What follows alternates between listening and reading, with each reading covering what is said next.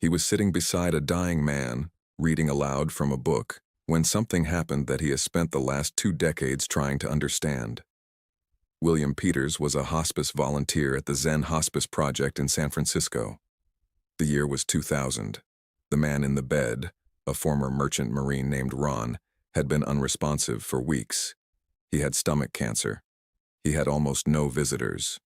Peters came every day, sometimes staying for hours, reading adventure stories to a man who could not respond, because hospice workers know that hearing is the last sense to go.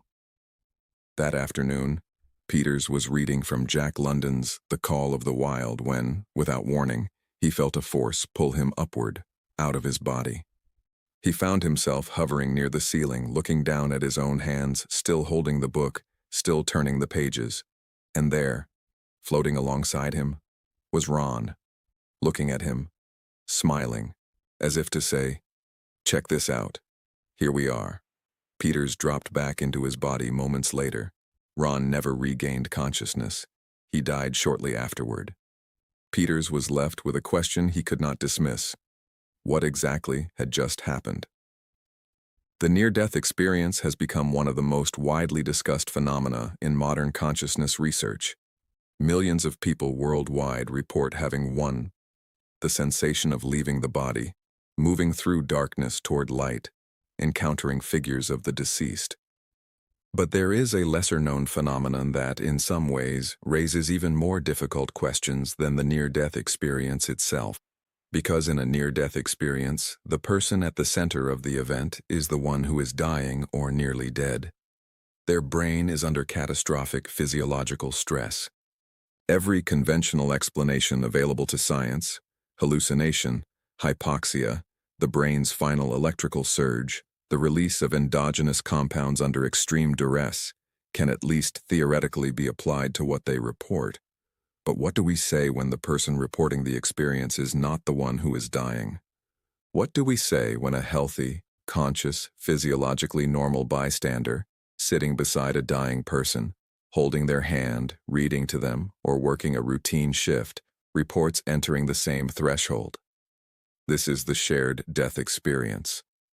And it is one of the most quietly disturbing puzzles in the entire landscape of consciousness research. Raymond Moody coined the term near-death experience in 1975, when his book, Life After Life, documented over 100 cases of people who had been clinically dead or close to death and returned with strikingly similar accounts. It sold more than 13 million copies and launched an entire field of scientific and philosophical inquiry. But even as Moody was collecting those early accounts, something else kept appearing in the background. People who had been at the bedside of someone dying, not themselves dying, not themselves under physiological threat, were approaching him afterward with experiences of their own. A husband who watched his wife pass and reported seeing something leave her body. A nurse who felt herself briefly inhabit the perspective of her patient. A soldier who held a dying comrade and felt himself lifted upward alongside him. Moody formally named and published on the phenomenon in his 2010 book, Glimpses of Eternity. And he said something that continues to trouble everyone who considers it carefully. We don't have the option of explaining these away by citing anoxia or anesthesia, Moody said, because the bystanders aren't ill or injured, and yet they experience the same kind of things. That is the problem at the center of all of this. There is no dying brain to produce the hallucination. There is no oxygen deprivation, no anesthesia, no endorphin flood. The witness is sitting in a hospital room or a hospice ward in ordinary biological health. And something happens anyway. The accounts come from very different sources, across very different centuries, and they share a structure that is difficult to explain as coincidence. Soldiers on the battlefield, hospice nurses on routine night shifts, parents at a child's bedside, spouses in the final hours of a long marriage, and, in some of the most puzzling cases, people who were not physically present at all, hundreds or thousands of miles away, who report experiencing something at the precise moment of a loved one's death. The elements that appear most consistently include a sense of consciousness rising or shifting, a perception of light or warmth, and In some cases, what witnesses describe as a direct, wordless communication from the dying individual. Some healthcare workers report seeing what they describe as a luminous mist or shape rising from the body at the moment of death. These are not easy claims to evaluate. They are deeply personal, frequently reported only years after the fact, and cannot be independently verified the way a medical measurement can be. The skeptical objection that these accounts rest almost entirely on anecdotal evidence is legitimate. We should hold that objection carefully as we proceed. But some of the accounts have features that make them harder to dismiss than others. Penny Sartori spent 21 years as a nurse, 17 of them in intensive care. She was trained to observe, to measure, to respond to physiological reality. Her professional world was built on what could be documented. In 1995, she was preparing to give a routine bed bath to a dying patient in her ward, a man connected to a ventilator and extensive life-prolonging equipment. She touched the bed, and then, according to her account, something stopped. Not the machines. The room itself seemed to shift. She later described the sensation as something close to swapping places with him, suddenly perceiving from within his experience the weight of what he was enduring. She could not explain how, but she says she became briefly aware of something the man could not vocalize, a desperate, exhausted plea. "Leave me alone. Let me die in peace. Just let me die." The experience shook her, not because it felt frightening, but because it felt completely real, and completely outside anything her medical training had prepared her to understand. That encounter became the catalyst for a 5-year clinical study of near-death and end-of-life phenomena in hospitalized patients. Sartori eventually earned a PhD for her research. Her monograph, published in 2008, is one of the few long-term prospective clinical studies of its kind in the United Kingdom. She did not set out to prove anything about the afterlife. She set out to investigate what was actually happening, because she had experienced one herself, and because she believed that dismissing such experiences without serious investigation was a failure of intellectual rigor. Healthcare workers, she found, had been quietly accumulating these experiences for decades, and saying almost nothing because the professional environment offered no framework for discussing them. The Shared Crossing Research Initiative, founded by William Peters, has now documented over 800 cases. More than 60% of those cases occurred at a distance, meaning the witness was not physically present at the moment of death. That statistic deserves a moment of careful attention. Grief, suggestion, and psychological projection are frequently offered as explanations for experiences reported at the bedside of a dying person. If you are sitting with someone you love as they die, your emotional state is extreme. Your attention is wholly concentrated on that person, and your mind may be predisposed to experience phenomena that comfort or give meaning to an otherwise unbearable moment. These are not trivial explanatory possibilities, but they apply with considerably less force to experiences reported hundreds of miles away by people who did not know the precise moment of the death, and who, in some documented cases, were later able to confirm the timing. Annie Capp was born in the United States and was living in England, working in her London office, when she suddenly began to gag. She struggled to breathe. A deep, growing sadness overtook her, and a certainty that something was wrong with her mother, Betty, who was hospitalized in Portland, Oregon. She describes a strange gurgling sensation in her throat. The episode lasted approximately 25 minutes. When she finally reached her mother's hospital room by phone, she learned that Betty had been dying at precisely that time, struggling for breath, her organs failing. Betty died while Annie was still on the phone. Cap had been an agnostic at the time. She did not reframe the moment as beautiful. She described it as one of the most physically overwhelming experiences of her life, and as something that permanently changed her understanding of what consciousness is and what death might be. That contrast matters. Grief-induced hallucinations and wishful psychological projection tend to produce comforting visions. Annie Capp's experience was not comforting. It was visceral, alarming, and shared the exact physical character of her mother's dying. And then there are the oldest accounts, the ones from contexts where grief and suggestion can do very little explanatory work. Researcher Melvin Morse, in his book Parting Visions, documented accounts from soldiers in the field, men in combat who watched a comrade die and, in some cases, reported something that followed. One such account involves Karl Skala, an Austrian soldier and poet who served in the Second World War. According to Morse's documentation, Skala was with his closest friend when his friend was killed by artillery fire.